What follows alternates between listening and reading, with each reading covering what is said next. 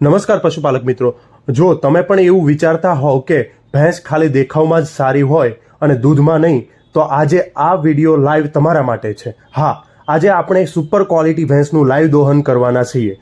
દૂધ કેટલું નીકળે છે એ લાઈવ જોતા જ આપણે વાત કરીશું કે પશુપાલનમાં બ્રીડિંગ કેમ કરોડરજ્જુ સમાન છે। હા મિત્રો, ભેંસને જોતા જ તમને ખબર પડી જશે કે સાચું બ્રીડિંગ કોને કહેવાય છે।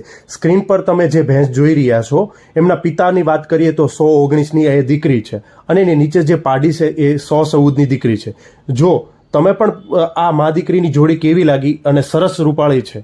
બ્રીડિંગ એટલે કે ખાલી દેખાવ કે રૂપ નહીં, રૂપ ગમે એટલું સારું હોય પણ ભેંસ જો દૂધ ના આપે તો પશુપાલકને નફો ના થાય। સાચું બ્રીડિંગ કોને કહેવાય છે? જેમાં રૂપ દૂધ બંનેનો બેસ્ટ સમન્વય હોય।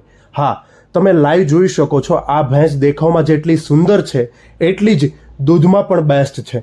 એના આંચળની બનાવટ જુઓ, એના દૂધની ધાર જુઓ। પશુપાલક મિત્રો, તમારી પાસે આજે આપણે ગાય કે ભેંસ રાખીએ છીએ એમાં હંમેશા એવું વિચારતા હોઈએ છીએ કે કયા સીમન લગાવવા જોઈએ, તો તમે કયા સીમન લગાવો છો તે તમે કોમેન્ટમાં જણાવો।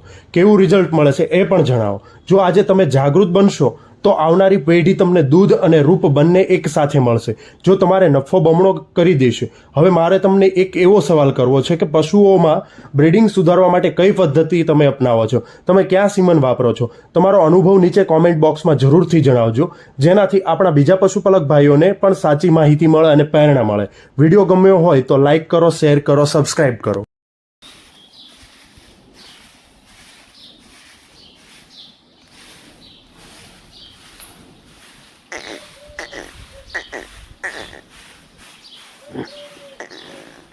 Ready?